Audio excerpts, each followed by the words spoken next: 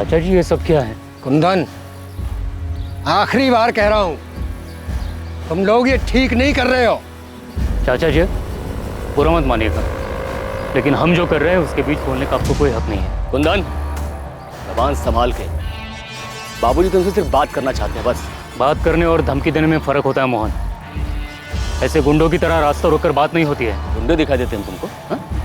देख ले हमारे गुंडे अब। मोहन मोहन मोहन, छोड़ो उसे। अरे हम कह रहे हैं छोड़ो। भाग। तुमसे बड़े हैं, हमारा नहीं तो हमारे रिश्तों का लिहाज करो।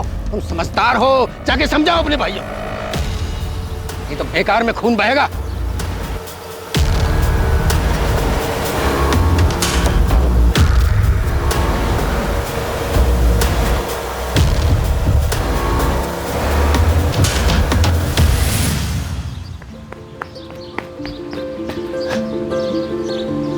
मैं फर्स्ट। क्या हुआ? अब रेसिंग नहीं लगाती तुम? शर्म आती है ना? मैं रेस लगाऊंगी तो तुम हार जाओगी ना।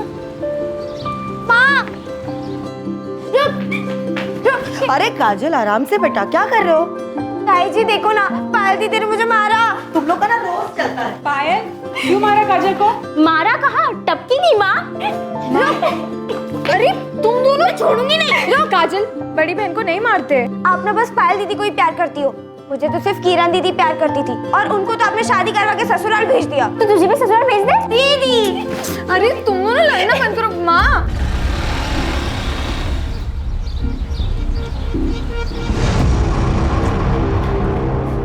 माँ, एक अच्छी खबर है।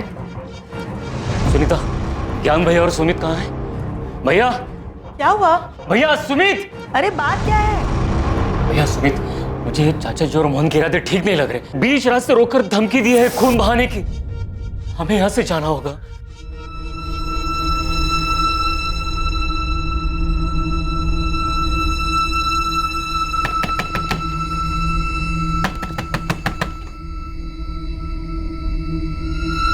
पापा, टैक्सी ले आया।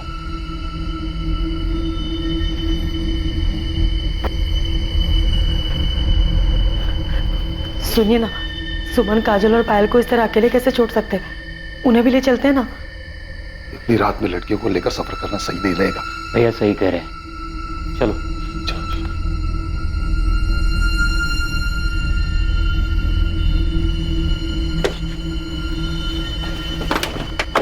चलो जल्दी चलो, जल्दी बेटा। बेटा अपना ध्यान रखना, और काजल और पायल का भी। किसी भी अनजान आदमी के लिए दरवाजा मत खोलना। हम जल्दी तुम लोगों को भी वहां बुला लेंगे।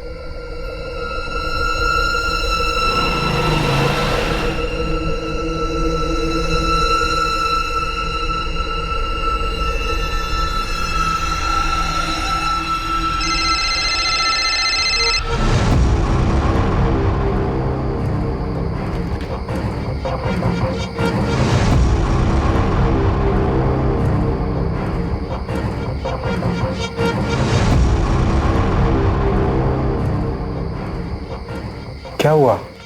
कुछ नहीं, घर पे कोई फोन नहीं उठा रहा है। काम में होंगे, ज्यादा परेशान मत हो। चलो खाना लगा दो।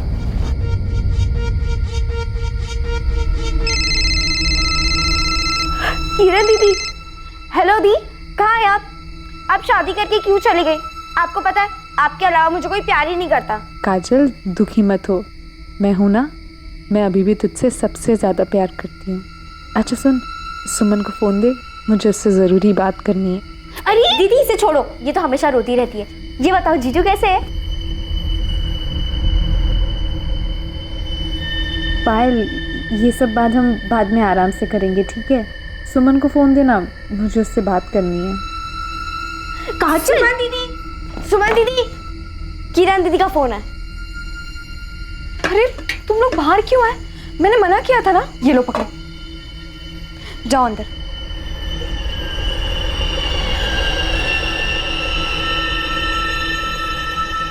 हेलो। हाँ दीदी। तू बोल, फोन क्यों नहीं उठा रही थी? कब से फोन कर रही थी मैं। वो दीदी सब निकल रहे थे तो मैंने सोचा आपको आराम से कॉल करती हूँ, पर फिर काम में लग गई। अच्छा सुन, तूने दरवाज़ा तो ठीक से बंद किया है ना? हाँ दीदी, लेकिन मुझे लोगों का डर लग रहा है। कुंदन चाचा ठीक कह रहे थे, मोहन चाचा और दादाजी का तो कोई ठिकाना नहीं है। मुझे बहुत डर लग रहा है, तुम लोग अकेले हो। आप चिंता मत करो। बहू, खाना परोस दिया और हो गया। अरे भाई रोटी लेके आओ। अच्छा सुन, माँ जी बुला रही है, कुछ हुआ तो मुझे फ़ोन करना, ठीक है?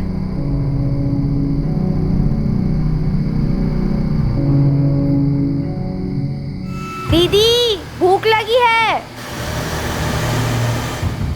हाय।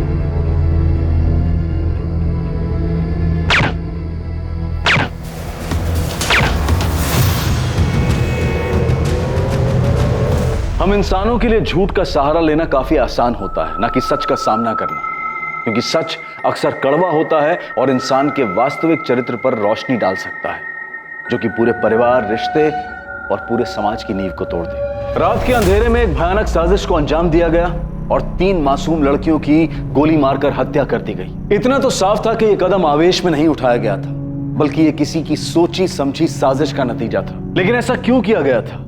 आखिर इस हत्याकांड के पीछे का भयंकर सच क्या था?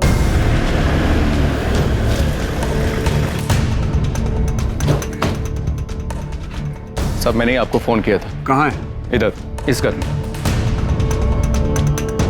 सब दरवाजा अंदर से बंद है, उधर खिड़की की तरफ।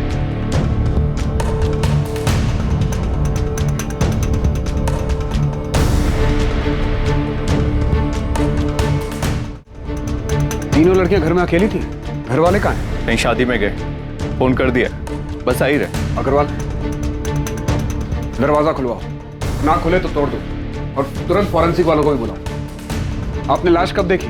साहब हमने नहीं देखी, वो तो हमारे दूध वाले शाम ने कई बार आवाजें दी, लेकिन अंदर से किसी ने जवाब नहीं दिया। तब उसने खिड़की से सब कुछ देखा और शोर मचाना शुरू किया, तब हमें पता चला। घर में कौन कौन रहता है? यहाँ 3 भाई रहते।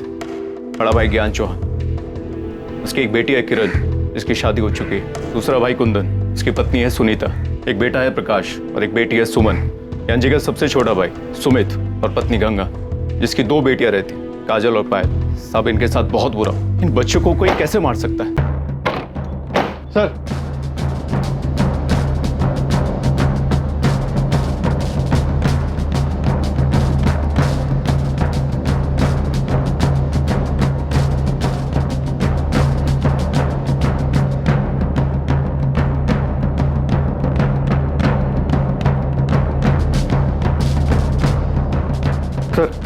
ये देखिए, ताजुब है, किसी ने गोली चलने की आवाज तक नहीं सुनी।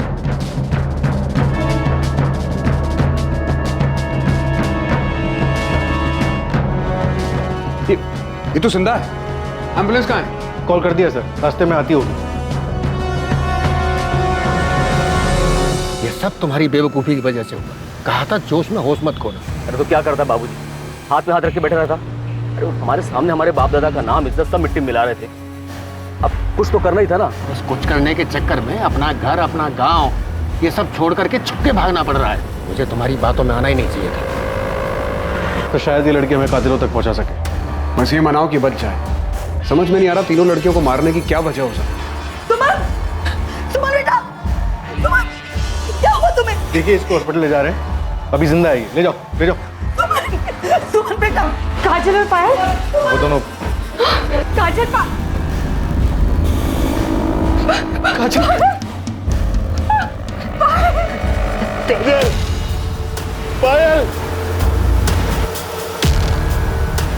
छोड़ूंगा मैं नहीं, उनको काट के रख दूंगा। क्या हो गया? सुमित, सुमित, सुमित, क्या कर रहे हो? छोड़ो भैया, उनके किए की सजा मिलनी चाहिए। छोड़ो मुझे। मेरी बात सुन। ये किसके बारे में बात कर रहे हैं? वो गजेंद्र सिंह चौहान और उसके बेटे मोहन के बारे में।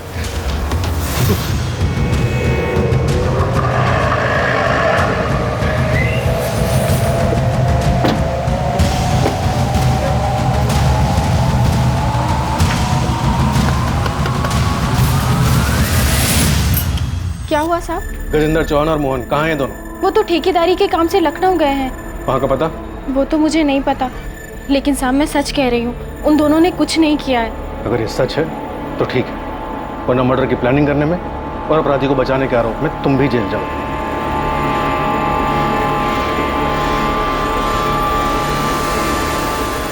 साले हमारी बच्चियों को मार के भाग गए सर। ये गजेंद्र की क्या दुश्मनी है आपसे? गजेंद्र चाचा और पिताजी के बीच में बंटवारा बहुत पहले हो चुका था, लेकिन अब वो हमारी ये जमीन भी लेना चाहते हैं। जब बंटवारा हो चुका था तो वो आपकी जमीन पर हक कैसे जमा रहे? घटिया लोग हैं सर, कहते हैं खानदानी जमीन है, खानदान में ही रहनी चाहिए। हमारे घर में 4 लड़कियां और 1 लड़का है। ज्ञान भैया की बेटी किरण की शादी के समय हमने अपनी जमीन का 1 टुकड़ा बेचा था। गजेंद्र चाचा जी चाहते थे घर की जमीन है तो वो हम उन्हें बेचे, पर वो बहुत कम दाम दे रहे थे, तो हमने वो जमीन किसी और को बेच दी। बस यही से वो लोग दुश्मनी पाल कर बैठ गए। साहब, घर की औरतों को भी नहीं छोड़ा उन लोगों ने। मना किया था हमने, जमीन मत बेचो, लेकिन ये लोग सुनने से रहे। चाची हमें पैसों की जरूरत थी। अरे तो हम कौन सा जमीन भीख के मांग रहे थे? पैसे दे रहे थे ना। हाँ तो तुमको आधे दाम में जमीन बेच देते हैं। तुम्हारे बाप के हर काम में बाबूजी ने साथ दिया, उसका क्या? तुम लोग की पढ़ाई के लिए तुम्हारा बाप आया था रोते गिड़गिड़ाते हुए हमारे पास। फालतू की बात मत कर। मैं फालतू की बात कर रहा हूँ, मैं फालतू की बात कर रहा हूँ। चाचा जी रोके ना इन्हें, ये लोग क्या कर रहे हैं? आप लोग जानते हैं आप लोगों की मांग कर रहे थे, इस तरह मार पीट करके क्या मिलेगा? चाचा जी रोके ना इन्हें। चाचा जी मोहन छोड़, मोहन छोड़, मोहन रुको ना।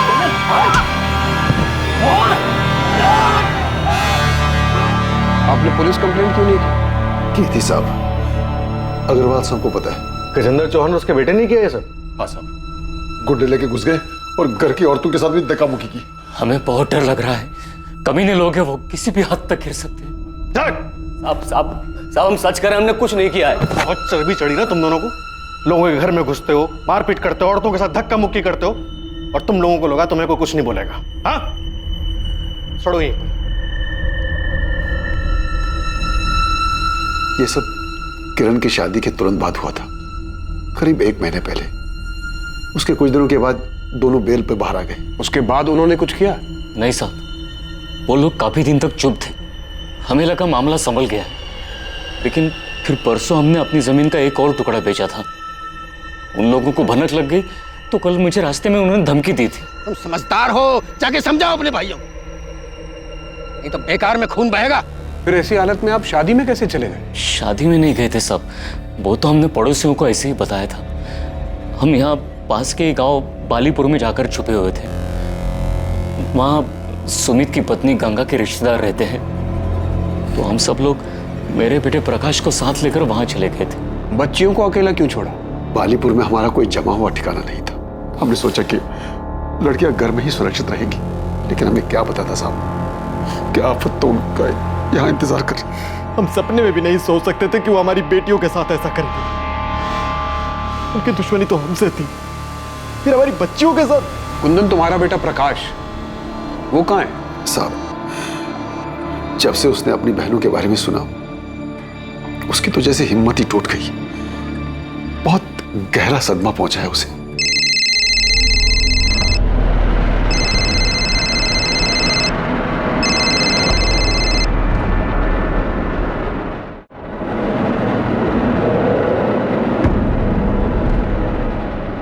अरे प्रकाश, खाना तो खाकर जा बेटा। अरे नहीं माँ, मैं बाहर खा लूंगा। अरे थोड़ा तो खा। ये लड़का भी ना। हटो पायल। चल सुमन, ले तू खा ले। अच्छा, बेटे ने मना कर दिया तो हमें खिला रही हो? क्यों, तुम लोगों को कभी खिलाती नहीं क्या? मैं ऐसे बोल रही हो? वैसे माँ, जो भी कहो, तुम्हें ना सबसे ज्यादा प्यार प्रकाश से है। वो तो है, देखो, तुम लोग किरण की तरह शादी करके ससुराल चले जाओगे तो बुढ़ापे में मुझे मेरा बेटा ही काम आएगा ना। जितना बेटा बेटा करना है कर लो, लेकिन बुढ़ापे में ना बेटियां ही साथ देती है ना। चाची, क्या हो गया चाची? देखना मेरी सुमन को क्या हो गया? सर, गजेंद्र के बहू माला का कहना है कि गजेंद्र और मोहन ठेकेदारी के काम से लखनऊ के पास गए हुए। मैं दोनों के फोन ट्राई कर रहा हूँ लेकिन वो स्विच ऑफ है। उनकी लास्ट लोकेशन ट्रैक करो, पता करो वो कहाँ की थी। सर, सुमन के घर से मिला है।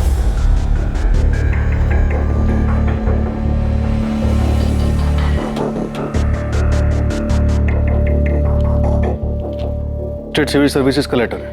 सुमन का सिलेक्शन हो गया। इंटरव्यू की डेट भेजिए। बहुत मेहनत की होगी उसने अपनी जिंदगी में आगे बढ़ने के लिए। ये लोग सो रहे थे जब खिड़की से किसी ने गोली मारी, लेकिन इनकी डेड बॉडीज बेड पर ऐसे पड़ी थी मानो गोली लगने के बाद हिली तक नहीं। सर, वैसे इस परिवार के बारे में एक और बात पता चली है। गजेंद्र चौहान और उनके झगड़े के बारे में तो पूरे गांव को पता है साहब। कोई और भी है जिसकी उनके साथ कोई दुश्मनी थी? दुश्मनी का तो पता नहीं साहब, पर एक बात हुई थी। उनकी बड़ी बेटी है ना किरण, उसकी सास उमा और चाचा ससुर केशव, वो दोनों बहुत नाराज थे उन लोगों से। किस बात पर वो तो नहीं पता, पर गांव वालों को मैंने बात करते हुए सुना था। लेकिन सुमन के परिवार वालों ने तो ऐसी किसी अनबन का जिक्र नहीं किया। सर, वो उनकी बेटी किरण के ससुराल वाले, उन्हें लगा होगा अगर पुलिस के सामने ऐसी कोई बात बताएंगे तो किरण के ससुराल वाले बुरा मान सकते और किरण किसी मुसीबत में पड़ सकती है। हाँ, लेकिन उनके घर की 3 बेटियां एक ही रात में बेरहमी से मारी गई। ऐसे में उन्हें हमें हर छोटी से छोटी बात, हर शक के बारे में बताना चाहिए था।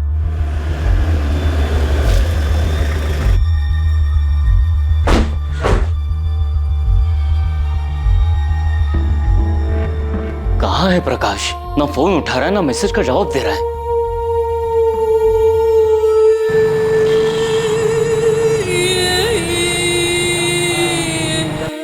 आप लोगों ने बताया नहीं कि आपकी बेटी सुमन ने यूपी स्टेट सिविल सर्विस का एग्जाम पास किया?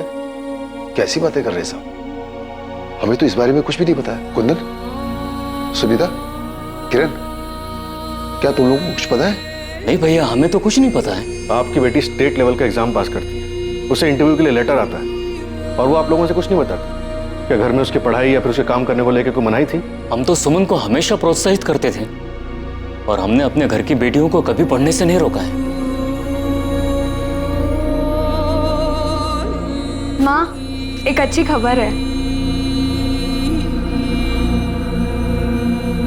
सुमन ने मुझे बताया था, उसने कहा था अगर वो एग्जाम पास हो जाएगी तो घर में सबको बता देगी।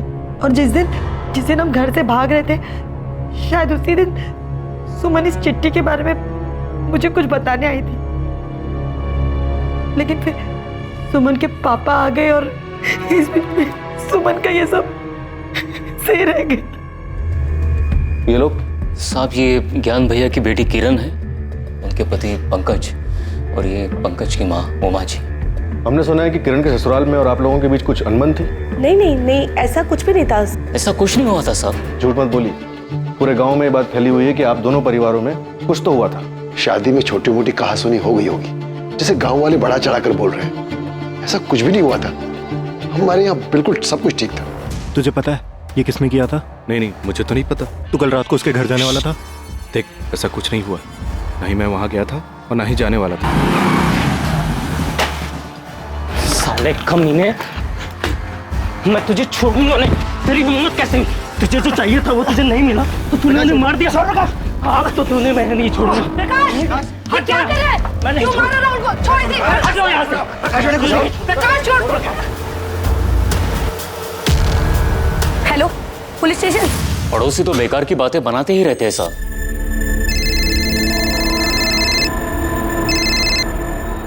हेलो सर, मैंने कुछ नहीं किया है। सर, ये साला झूठ बोल रहा है। झूठ बोल रहा है। नहीं मार, मेरी बात कर रहा है। पुलिस नहीं मार। क्या ये सब? हमें कुछ नहीं पता साहब। हम तो बस इतना जानते हैं, काजल और पायल मयूर मैडम गांव में ट्यूशन पढ़ने जाती थी, शाहीपुर गांव। सर, राहुल मेरा बेटा है, लेकिन मुझे नहीं पता कि प्रकाश को क्या हुआ है। सर इसकी कोई गलती नहीं, प्लीज इसे जाने दीजिए। सर ये दोनों माँ बेटे झूठ बोल रहे हैं। ये साला मेरी बहन पायल के पीछे पड़ा हुआ था और जब उसने इसे मना कर दिया तो इसने उसे मार डाला। पूरा दिन थकावट करेगी। ए पायल रुक ना, ये देख मैं तेरे लिए कार्ड लाया। मुझे कोई कार्ड नहीं चाहिए। अरे भाव क्यों खा रही हो? देखो मैं तुम्हें बहुत लाइक करता हूँ। राहुल बेकार की बातें मत करो, जाने दो हमें। पायल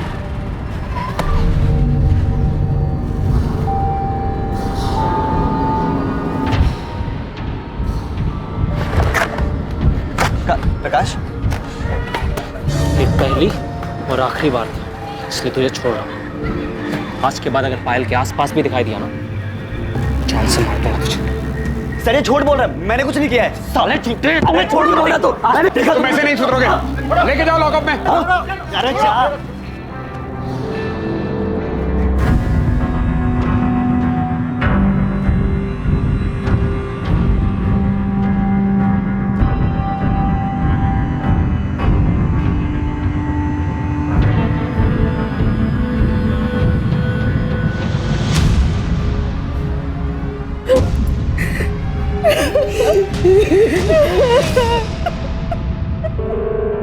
सर दोनों विक्टिम्स के बॉडी में सेडेटिव के ट्रेसेस मिले हैं, मतलब मारने के पहले बेहोश किया गया था। हॉस्पिटल से सुमन का ब्लड सैंपल भी आ गया है, उसे भी स्टडी कर रहे हैं। मुझे पूरा यकीन है कि सुमन के ब्लड में से भी आपको इसी सेडेटिव के ट्रेसेस मिलेंगे। हमें पहले से ही शक था कि ऐसा ही कुछ हुआ है, क्योंकि तीनों सुमन, पायल और काजल सोते हुए मिले। गोली लगने के बाद भी उनकी बॉडी में कोई मूवमेंट नहीं हुआ था, क्योंकि उन्हें बेहोशी में मारा गया था। सर मौत का टाइम रात में 12 से 2 के बीच का है और बॉडी पर गोली का इम्पैक्ट देखकर ये बात साफ होती है कि गोली जान लेने के इंटेंशन से बहुत करीब से मारी गई थी। सर फॉरेंसिक टीम ने गोली और शेल से गन आइडेंटिफाई कर लिया है। .32 कैलिबर गन है, इसके ऊपर साइलेंसर लगाया जा सकता है। ये तो काफी कॉमन गन है। खबरी को काम पे लगाओ, उसे कहो सप्लायर का पता करे और ये भी पता लगवाओ कि गांव में किसी के पास ये गन है या हाल फिलहाल में किसी ने इस गन को खरीदा है। सर वैसे एक बात समझ में नहीं आ रही, परिवार के सारे लोग बाहर थे, घर का दरवाजा अंदर से बंद था, तो सुमन, पायल और काजल इन तीनों को नशे की गोली कब, किसने और कैसे दी? हाँ दीदी। फैमिली को गजेंद्र और मोहन पर शक है। हो सकता है ये काम पायल के आशिक राहुल का हो या फिर किरण के ससुराल वालों का इसमें हाथ हो। तुम दोनों बच्चियों की बॉडी फैमिलीज को सौंप दो और प्रकाश को भी अभी के लिए जाने दो। अंतिम संस्कार के बाद बात करेंगे उससे। और सर राहुल? चलो जाओ बाहर। आप मुझे क्यों नहीं छोड़ रहे हैं सर? मैंने कुछ नहीं किया है। अभी बस इसको छोड़ने को कहा है।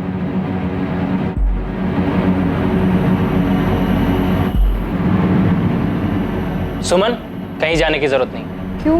मैं क्लासेस जा रही हूँ। कहा ना कहीं नहीं जाना। प्रकाश ये अचानक क्या हो गया तुझे? बस माँ बहुत पढ़ लिया इन लोगों ने, अब घर की बेटियां घर में ही रहेंगी। क्या बोल रहा है तू? क्या हो गया? बाहर लड़के छेड़ते हैं इन्हें। आप लोग क्या चाहते हैं, हमारी और बेइज्जती हो? बेइज्जती इनकी वजह से नहीं, तेरी वजह से हो रही है। खुद पढ़ाई लिखाई छोड़कर बैठ गया है और जो पढ़ रहे हैं उनके पीछे पड़ा हुआ है। इन्हें कोई कुछ बोलेगा तो मैं देख लूंगा। आपकी बेटियों को छेड़ते हैं बाहर लड़के। प्रकाश तू अपने काम से काम रख। घर के मामले में बोलने के लिए घर के बड़े जिंदा है अभी, समझा तू? सुमन तुम जाओ पढ़ने, तुम्हें कोई नहीं रोकेगा।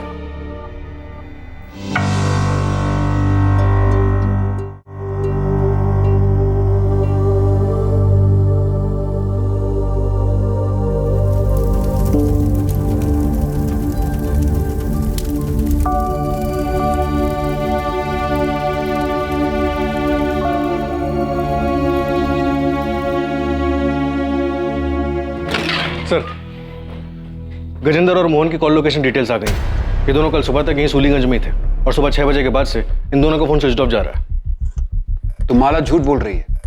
माला का फोन सर्वेलेंस पे डालो, किसी दूसरे नंबर से वो माला से बात करने की कोशिश जरूर करेंगे। सर क्या मैं अंदर आ सकती हूँ? सर अस्पताल में मैं सबके सामने कुछ बोल नहीं पाई, लेकिन सर आपको जो कुछ भी पता चला है वो सब सच है। किरण जो बोलना है साफ साफ बोलो। सर असल में मेरे ससुराल वाले, खासतौर से मेरे चाचा ससुर केशव चौहान, वो मेरे मायके वालों से काफ़ी गुस्सा थे। उनके बीच में काफ़ी बड़ा झगड़ा हुआ था। किस बारे में? सर अभी 1 महीने पहले ही मेरी शादी हुई है और शादी के समय दहेज के पैसों को लेकर कुछ अनबन हो गई थी। कुंदन चाचा ने मेरी सास को पैसे देने का वादा किया था, लेकिन शादी के समय तक मेरे घर वाले वो पैसे जुटा नहीं पाए थे। मेरी सास और केशव चाचा ने शादी के कुछ दिन पहले घर आकर बहुत बड़ा हंगामा किया था। हमसे गलती हुई है, इसके लिए हम माफी भी मांग रहे हैं। हम ये नहीं कह रहे हैं कि हम पैसे नहीं देंगे, जो हमने वादा किया है हम जरूर पूरा करेंगे। शादी के खर्च में थोड़ी सी मुश्किल हो रही है। हाँ तो एक काम करते हैं, आपका खर्चा कम कर देते हैं, ये शादी तोड़ देते हैं। नहीं, ये क्या कह रही हैं आप? भगवान के लिए ऐसा मत कहिए। आप जैसा कहेंगे वैसा ही होगा, लेकिन ये शादी मत तोड़िए। आखिर में मेरे पापा और चाचा ने पुश्तैनी जमीन का हिस्सा बेचकर दहेज के पैसे चुकाए। धीरे धीरे सच सामने आ रहा था, लेकिन अब भी असली अपराधी को पकड़ना मुश्किल साबित हो रहा था। कौन था असली कातिल और क्या था इन हत्याओं के पीछे का सच? मैंने कुंदन को कहा था कि उन्हें मना कर दे। हाँ, मैं वहां गया भी था, लेकिन मुझसे ना नहीं बोला गया। मुझे भी लगा वो लोग जो कह रहे थे वो सही कह रहे थे। हमारा पंकज जैसा लड़का सबको नहीं मिलता। बड़ी फैक्ट्री में मैनेजर है भाई। शादी के लिए तो लड़कियों की लाइन लगी हुई थी, पर उसको तो किरण ही पसंद आई। अब किरण की शादी हो जाएगी, एक बोझ कम हो जाएगा। फिर शादी के लिए रह जाएंगी 3 लड़कियां।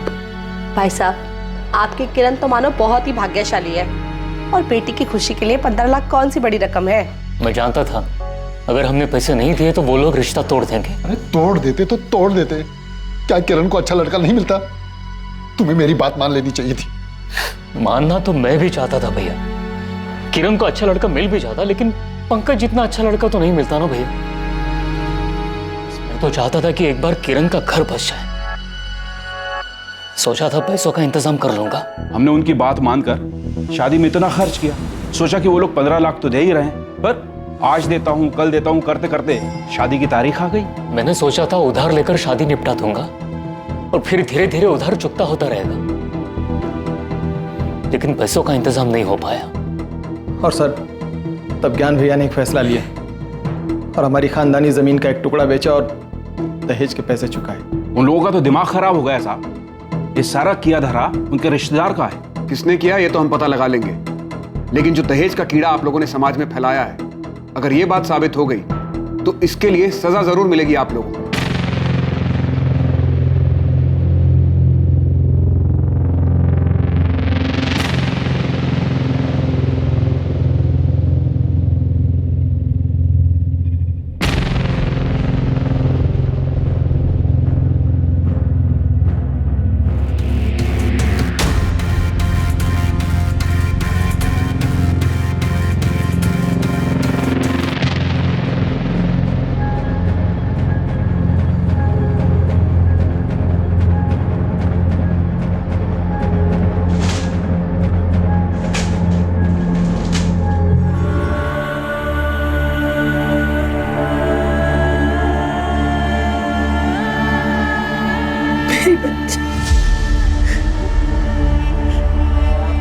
ऐसे कैसे उन लोगों ने दुश्मनी निकाली? सुमन ठीक हो जाएगी, भगवान पर भरोसा रखो।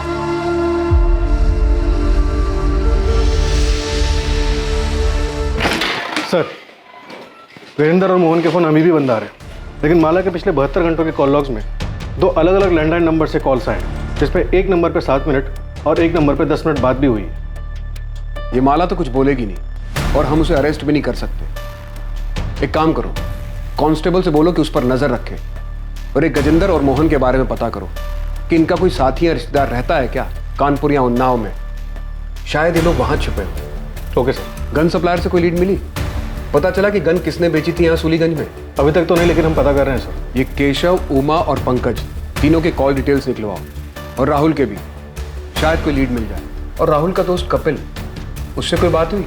उसे बुलाया सर, आता ही होगा। कपिल सच सच बोलो, क्या राहुल का कोई हाथ है इस सब में? राहुल ऐसा नहीं कर सकता सर। राहुल पायल का पीछा करता था ना, और कई बार तुम भी होते थे राहुल के साथ। कहीं खून की प्लानिंग में राहुल के साथ तुम भी तो शामिल नहीं थे? मैंने ऐसा कुछ नहीं किया सर। सर, एक बात सच है कि राहुल पायल को बहुत पसंद करता था और वो उसके पीछे पड़ा हुआ था कि वो उसकी बात मानकर उसकी गर्लफ्रेंड बन जाए। देखो, तुम यहाँ से चले जाओ, किसी ने देख लिया तो मेरा घर से निकलना भी बंद हो जाएगा। मैं चला जाऊंगा, लेकिन तू भी मुझे बोल दे कि तू भी मुझे प्यार करती है। प्लीज जाओ यहाँ से, किसी ने देख लिया तो हंगामा हो जाएगा। पायल, देखो तुम यहाँ से चले जाओ।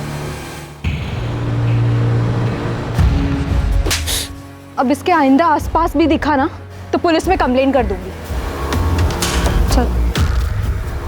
राहुल को बहुत गुस्सा आया था और अपनी बेइज्जती का बदला लेने के लिए उसने बहुत ही खतरनाक प्लान बनाया था।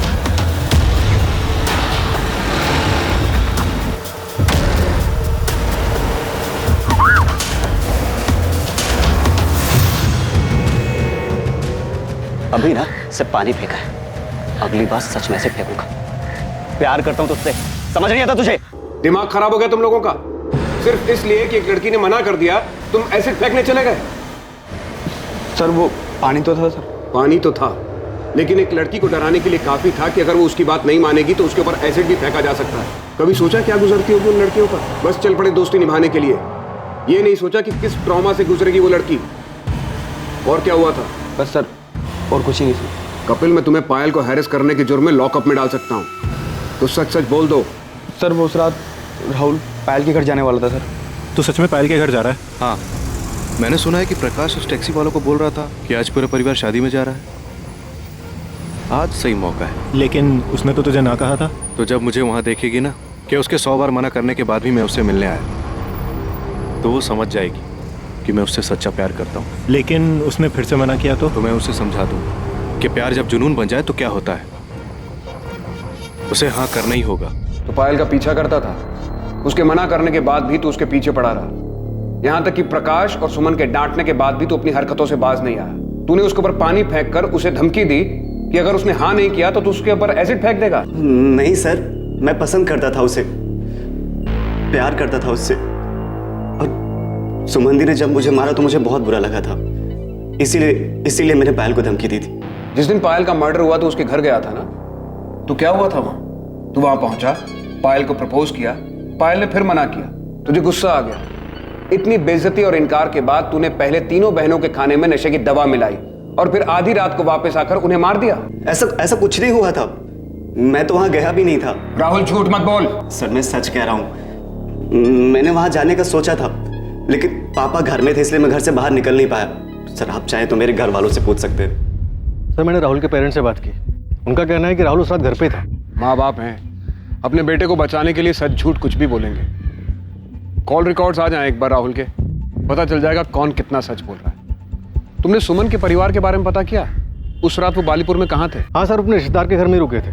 सुनीता और गंगा रिश्तेदार के घर में, ज्ञान और सुमित पड़ोसियों के यहाँ, और प्रकाश और कुंदन खलियान में। सर आपको वाकई में इस राहुल पर शक है? अक्सर इस उम्र के लड़के प्यार और ऑब्सेशन के नाम पर सही और गलत में फर्क नहीं कर पाते। पायल का इनकार राहुल बर्दाश्त नहीं कर पाया होगा और बदले में उसने पायल को मार दिया होगा। राहुल को सुमन पर गुस्सा तो था ही, क्योंकि सुमन ने उसे थप्पड़ जो मारा था, और वो काजल, वो कोलेट्रल डैमेज होगी। पूरे चांसेस हैं कि राहुल ने किया ये, लेकिन अभी श्योरिटी के साथ कुछ नहीं कह सकते।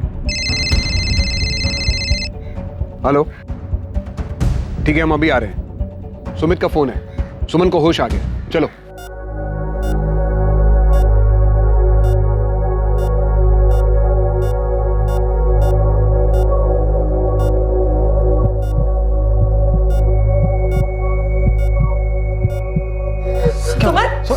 डॉक्टर, डॉक्टर क्या हुआ? देखिए क्या हुआ क्या डॉक्टर? आप प्लीज सब बाहर जाएं। अभी तक ठीक थी डॉक्टर, क्या हुआ इसे? आप प्लीज सब बाहर जाएं।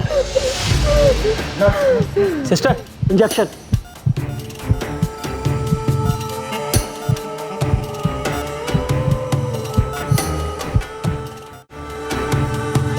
क्या हुआ? तुमने तो फोन किया था कि सुमन को होश आ गया, फिर ये सब? हाँ भैया, होश आ गया था, फिर पता नहीं क्या हुआ, डॉक्टर ने हम लोग को बाहर निकाल दिया। और सर पता नहीं सुमन को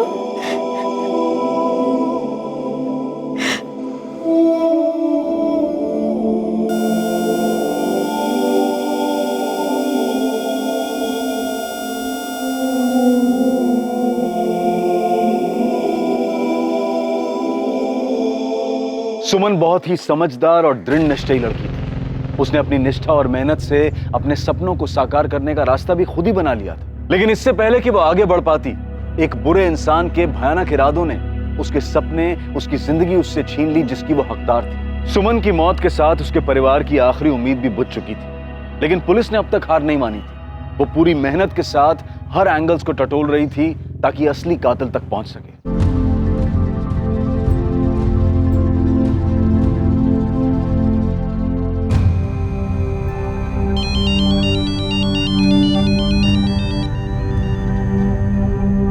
हेलो,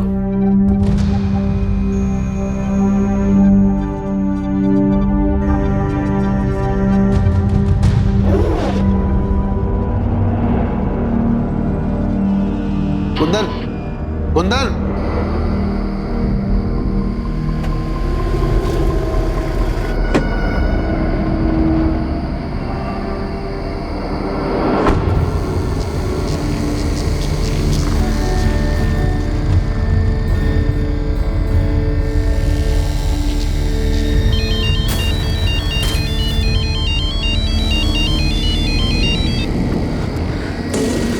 हाँ भैया। कहाँ हो कुंदन? भैया निसोली। वहां क्या कर रहे हो? बदला लेने आए हो भैया। छोड़ूंगा ना मैं इन कमीनों को। किससे? किसकी बात कर रहे हो? कुंदन, कुंदन, कुंदन, हेलो, हेलो, क्या हुआ? सर, पूरे परिवार के फोन लोकेशन डिटेल्स और कॉल रिकॉर्ड्स आ चुके हैं। देखो, शायद उसमें कोई लीड मिल जाए। क्या हुआ, आप लोग इतने घबराए हुए क्यों हैं? मैं कुंदन से फोन पे बात कर रहा था, एक चीख सुनाई दी। लगता है किसी ने उस पर हमला किया। उसने फोन भी नहीं उठाया। उसने कुछ बताया? कहाँ है वो? साहब, उसने बताया कि निसोली गांव में है। कुछ बदले की बात कर रहा था। निसोली में कौन है? निसोली में हमारे दादाजी का घर है, जो बहुत दिनों से बंद पड़ा है। आपके दादाजी मतलब गजेंद्र के पिताजी का? जी सर। कब तक ऐसे अलग अलग जगह छुपते फिरेंगे? बस कुछ और दिन बाबूजी। अब तो सुमन भी नहीं रही।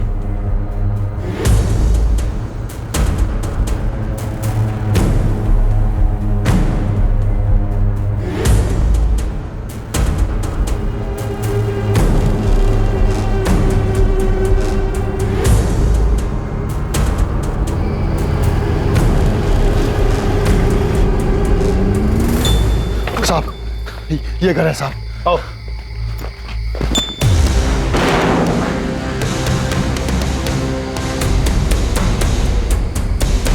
कुंदन कहाँ है? कहाँ है कुंदन? हमें नहीं पता, हमें नहीं पता कहाँ है। सर!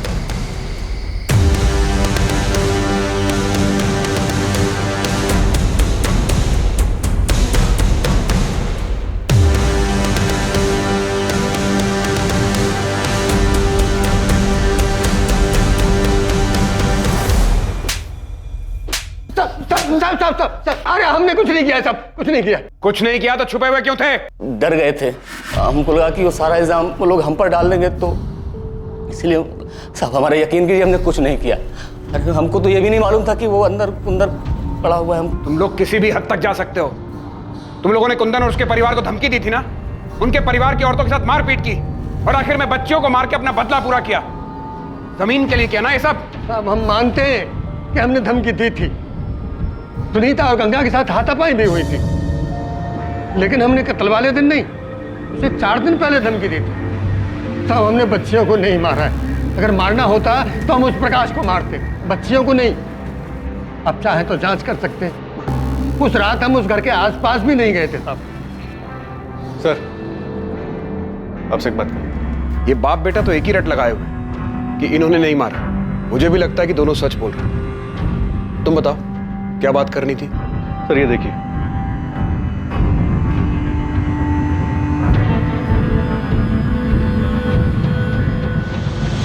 बहुत घुमा लिया। तुम बालीपुर में नहीं थे। रात होने के बाद तुम वहां से निकल गए। सूलीगंज आकर तुमने सुमन, पायल, काजल को मारा और फिर वापस बालीपुर लौट गए। क्यों प्रकाश? जी आप क्या कह रहे हैं साहब? सर, कहां गए थे तुम?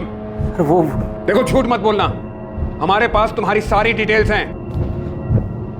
सर, मैं तो बालीपुर जाना ही नहीं चाहता था। वो तो पापा ने बोला, इसलिए मुझे जाना पड़ा। वहीं पास के गांव में मेरे एक दोस्त का घर है, तो देर रात मैं वहीं चला गया था। आपको पता था ये उस रात वहां पे नहीं था? ये तो आपके पास ही सोया था ना? मेरा बेटा ऐसा नहीं कर सकता। तो फिर कौन कर सकता है कुंदन? तुमने गजेंद्र और मोहन का नाम दिया, हमने उन्हें तोड़ा, लेकिन कुछ हाथ नहीं लगा। उसके बाद राहुल का नाम सामने आया, वहां से भी हम खाली हाथ लौटे। उसके बाद तुम्हें कॉल आता है ये खबर देने के लिए कि गजेंद्र और मोहन कहां छिपे हैं, और तुम क्या करते हो? ये बात तुम अपने भाई ज्ञान को नहीं बता, पुलिस के पास नहीं आते, सीधा वहां जाकर अगवा हो जाते। हम जानते हैं तुम्हारे बेटे प्रकाश ने कुछ नहीं किया। वो उस रात सूलीगंज नहीं आया था, वो वहीं बालीपुर के पास के एक गांव में गया था। लेकिन उस रात तुम यहां आए थे। ये रही तुम्हारी फोन की लोकेशन डिटेल्स।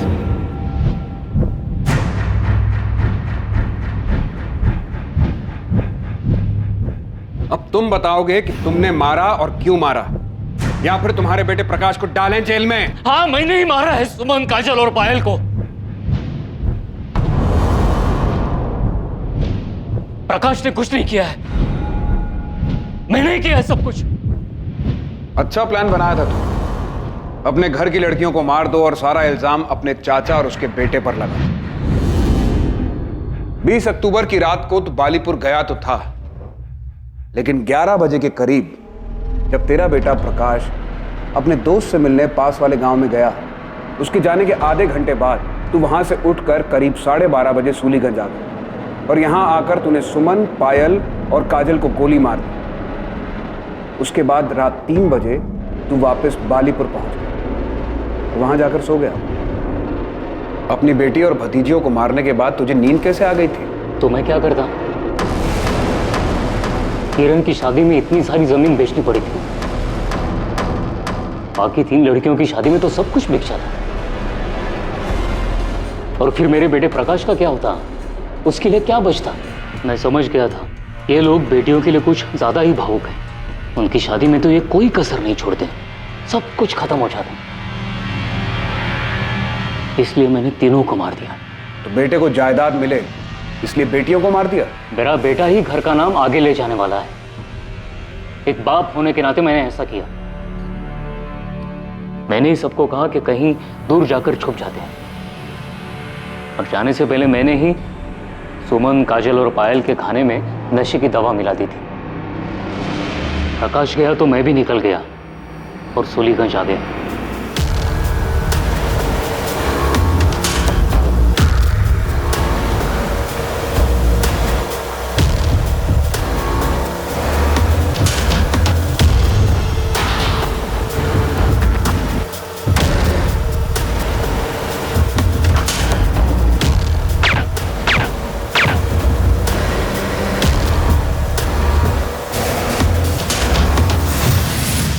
गन कहां से मिली तुम्हें? वो मेरा एक पुराना दोस्त है, उससे ही साइलेंसर वाली गन ली थी। और अब कहां है गन? वो गन मैंने गांव के पास वाले नाले में उसी रात फेंक दी थी। और तुम गजेंद्र और मोहन के पास कैसे पहुंचे? वही जो दोस्त है, मैंने उससे ही कहा था उनका पता करने के लिए। मैंने उसे कहा था गजेंद्र और उसके बेटे से बदला लेना है, क्योंकि उसने मेरी बच्चियों का खून किया है।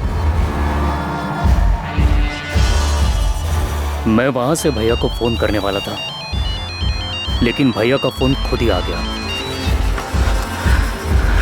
हाँ भैया। कहाँ हो कुंदन? भैया निसोली। वहां क्या कर रहे हो? कुंदन, कुंदन! मैंने ही आवाज निकालकर फोन कट कर दिया और वहीं से एक पत्थर उठाकर उससे अपना सर फोड़ दिया, ताकि सबको यही लगे कि गजेंद्र चाचा जी और उसके बेटे ने मुझे मारा है। और स्टोर रूम में जाकर खुद को बंद कर लिया।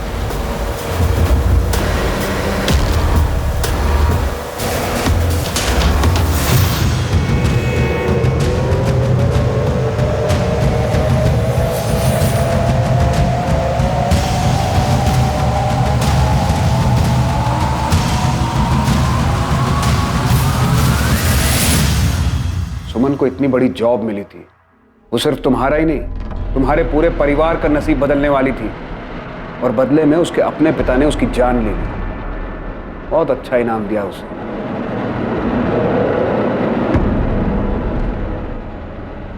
एक पिता ने अपनी ही बेटी की जान ले ली सिर्फ इसलिए क्योंकि वो अपनी जायदाद, उसकी शादी और दहेज पर खर्च नहीं करना चाहता था। उसे सब कुछ अपने बेटे के लिए बचाना था। ये बहुत ही ताज्जुब की बात है, सुनकर विश्वास नहीं होता है, लेकिन दुर्भाग्यवश ये सच है। आज भी देश के कई हिस्सों में लड़के और लड़कियों के बीच में भारी मात्रा में पक्षपात करना बहुत ही साधारण सी बात है, क्योंकि सदियों से ये रूढ़िवादी मानसिकता उनके दिमाग में घर कराई जा चुकी है। दहेज मांगना ना सिर्फ गलत है बल्कि कानूनन जुर्म भी है, लेकिन दहेज देना क्या वो गलत नहीं?